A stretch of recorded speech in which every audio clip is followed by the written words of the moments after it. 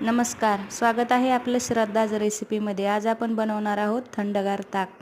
त्यासाठी मी एका पातेल्यामध्ये 1 वाटी दही घेतलं आहे। त्यामध्ये घालणार आहे मी थोडी साखर, चवीपुरतं मीठ आणि थंड पाणी ओतून घेणार आहे।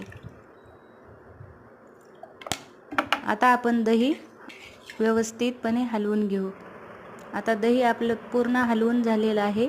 त्यामध्ये मी टाकणार आहे मिरची, कोथिंबीर, पुदिना, आलं याची मी पेस्ट करून आता आपण गाळणीने गाळून घेतलेलं आहे।